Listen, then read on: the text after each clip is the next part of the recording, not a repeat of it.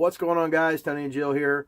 So we've been actually tagged in another fellow YouTuber's video to do a little travel Q&A.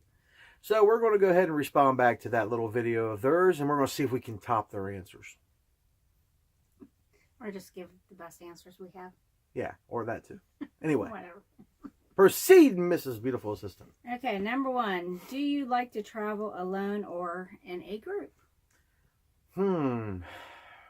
I don't know. We kind of like to make our own wagon trail sometimes. We just circle the wagon on our, it's a one wagon kind of thing, and people look at us funny and stuff. I don't know. You're silly. It really doesn't matter to us. Sometimes the more the merrier, but sometimes, like, if you got that person in a group who always kind of brings up the rear, to say it nicely, and always making you behind, yeah, not really feeling that part of the group. But for the most part, it's fine. But, we do like to be by ourselves sometimes too, making our own way. That way we don't really have to be held up on everybody else's schedule and feel like we're rushed or not rushed. It just depends really, I guess, 100% on the group of people who's going to be going. The group and location. Yeah, group and location. Number two. What is the most difficult trip or hike you have been on to date? Most difficult trip or hike? I would have to say traveling from the front of the motorhome to the rear of the motorhome when you have a dog like Diesel. Because he likes to walk right in front of you and like look over his shoulder, and he's always running into stuff, so you're pretty much stopping and laughing the whole way because he's ignorant. Wouldn't trade a dog for the world, but he is comical.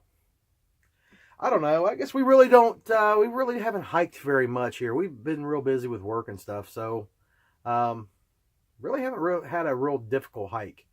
Well, I guess you want to consider that one little hike in Utah that we took. It wasn't much of a hike, but it sure lets you know in a minute you were in thinner air from the higher elevation and just how out of shape you really are. Well, I'm round, but that's a shape. Either way, anything to add to that? I don't think I've had a difficult trip or hike. I mean, I don't hike very often. I have asthma, so I need to build up to the actual good hikes.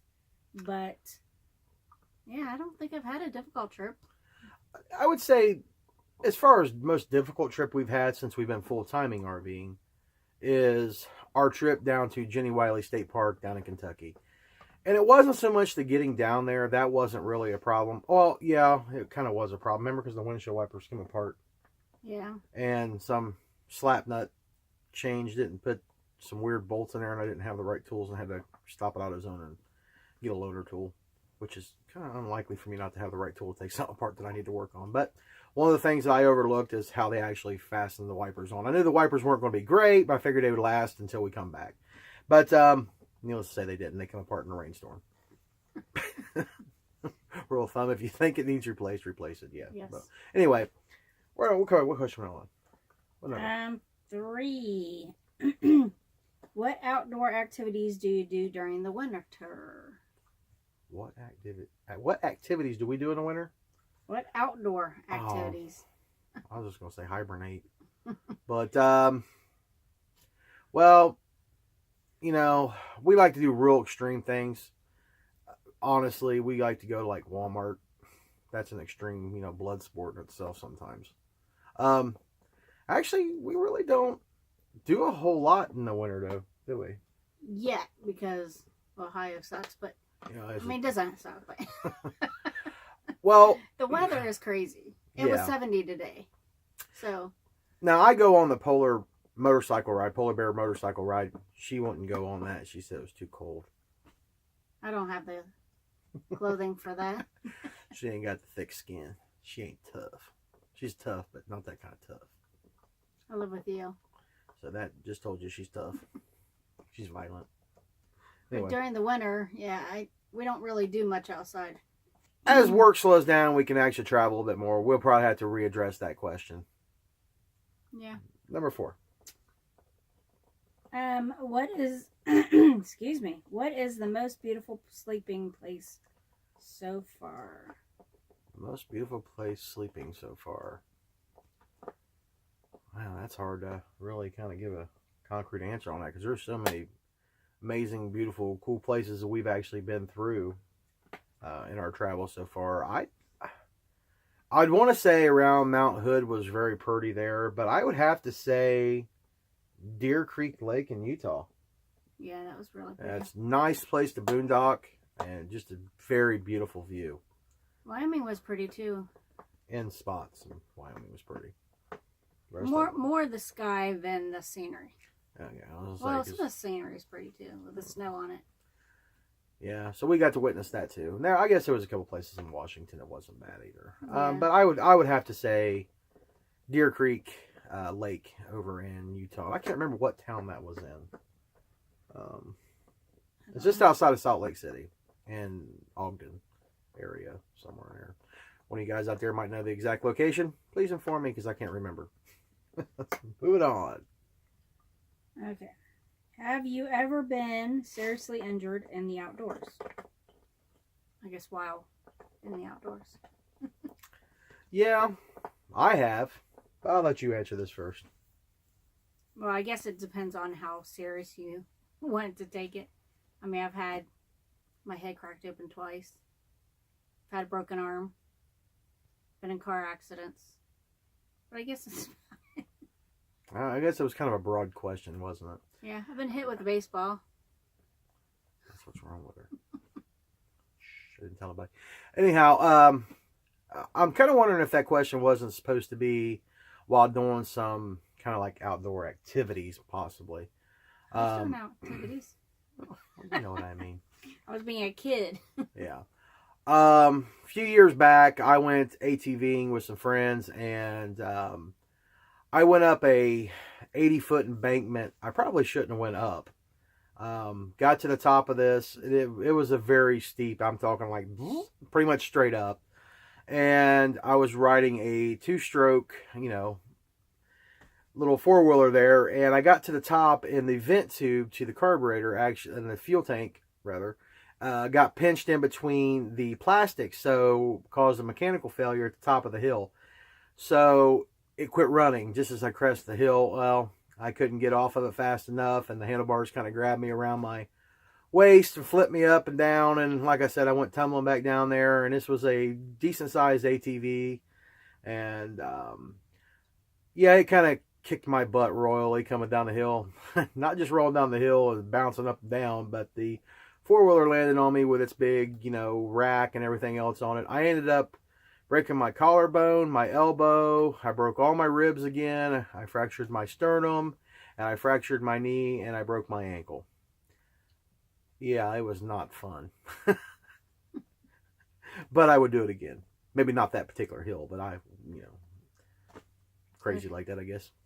Use better judgment next time. I probably could use better judgment. My buddy said, let's not go down there, but we went down there and we couldn't get back out other than that way.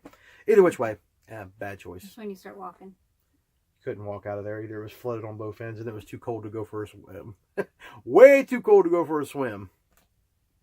All right, number 6. Do you practice any special survival techniques? Yes, I do. I make sure my wife is supplied in wine. That's really the only survival technique I have. Other than the fact, if it's bigger and meaner than I am, I'm pushing her in front of me and I'm running the other way. And I'm breaking his leg. Just really be prepared. I guess it really depends on what you're going to do. Take adequate precaution. And, if you're going to be out, possibly take, the essentials, knife, matches, wet gear, a dog. Unless you have a dog like ours who cowers behind me when he gets freaked out. Looks around my leg like, whoa, you going to take care of that? Yeah, so much for being a German Shepherd he is. Number 7. What is your favorite recipe for cooking outdoors? Favorite recipe for cooking outdoors? I think we're pretty much simple. Yeah, I don't really think we got really any recipes. I do like the bananas inside of foil. You cut them open, and you put chocolate and chocolate chips. This must be with her boyfriend when I'm at work. I don't remember having that. We haven't had it. I've had it with my sister. Oh, okay. Back before you. Okay, we'll say that makes more sense. Banana, cut it open, chocolate chips, marshmallows, nuts if you want, I guess, caramel, and then you wrap it up and put it on the fire. I'm simple. Just steak up on that grill and I'll be happy. Anything on the fire is cool. I do like, I guess, one way I like to make, hillbilly grilled corn is I'll take the actual corn and throw it into some aluminum foil, throw a bunch of butter and stuff in there, and close it all up and let it get so hot that it almost roasts the corn inside. That's pretty good. You had that when I barbecued. Yeah. So that's pretty good. But sometimes it's too much work. Anyway, we're pretty simple, and the way we've been running, not quite hot dogs all the time, but the way we've been running here the last few months, it's just, we really haven't had a chance to really practice a lot of that since we've been in the RV. All right. How do you motivate yourself in bad weather? Cover your head up and go back to sleep. That's not motivation. Oh, that's not motivation. Motivate myself in the winter. I don't know.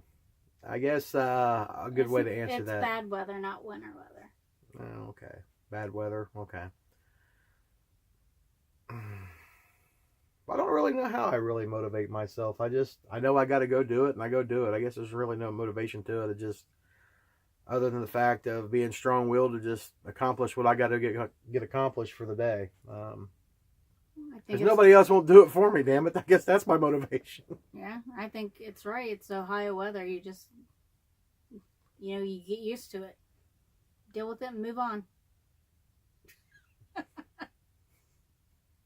No, really, there's no real, I guess, I don't really know how I really motivate myself other than the fact that I know I've got to go get it done. I kick him out. That's my motivation. Yeah. She's like, "Are you getting up? You got to go to work." Yeah, I sound just like that. Anyway. And how do I do that? I call you up when I'm at work. Get up out of bed. Are you up? Yeah. Okay, number 9. Where would your dream trip be? Chuck E. Cheese. I don't know. What would our dream trip be? She's the boss, so she's going to be in charge of that. The question is, do we have to go together, or can we go separate? Sweet. I don't know. Any dream trip? I'd like to go overseas, just because I like architecture. Don't let her lie. She likes pizza. She wants to go to Italy. That's what she wants to go to. I can have pizza here. Not good pizza. I can find a good Italian and make me a pizza. A good Italian. Lovely. Just insulting me. Anyway. Moving on. My feelings are hurt. Where's your trip going to be? To a safe place. I really don't. I don't know. Probably 66 again. No. That's not my dream trip. That might have been my dream trip years ago, but that dream has been achieved more than once. So I guess probably go back to Italy and visit the motherland. That's where my family's from. We're Italian, so. Or Mars, where his royal family's from. Or that. I'm just teasing. Moving on. All right. Are we at 10 already? What is the heaviest piece of equipment you carry while hiking? Your head.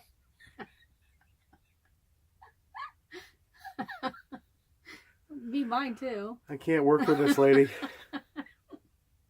I think Itchy at best is the camera gear. I mean, time you pack your tripod, your camera, extra batteries and stuff like that, that does get a little heavy. So I'm glad I have Jill, because I just throw it over her shoulder, and I support women's lib.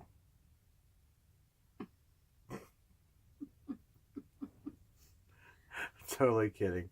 But I think that's really probably about the heaviest thing we pack when we take a little hiking trip, to get good footage for you guys. Yeah. This might be horrible footage, but any which way, you get footage. I don't hike. She'll hike if there's a winery up there. You better believe it. All right. Since we were nominated by Itchymoche, and we'll go ahead and throw out some of our favorite channels out there, and invite you guys into this little travel Q&A, and just curious what your guys' responses are. So the first one we like to tag out in this here is RV Daydream, another set of Ohioans. It's got a YouTube channel. Good channel, go check him out. Also, we wanted to holler at Big Daddy and Bubbles out of Georgia. They got a pretty good channel over there. You guys can go check them out as well. Avid motorcyclists and full-time RVers. And definitely, you will be very hungry if you happen to watch Menu Monday from Miss Bubbles. I can't watch her episodes unless I've eaten first, because I want everything in the house. And we're going to also send these same questions out to Exploring the Local Life. Anybody else? I think that might be it. All right. There you go. I challenge you to give us some good answers. Gotta be better than ours. Yeah. Anything's ever better than this train wreck.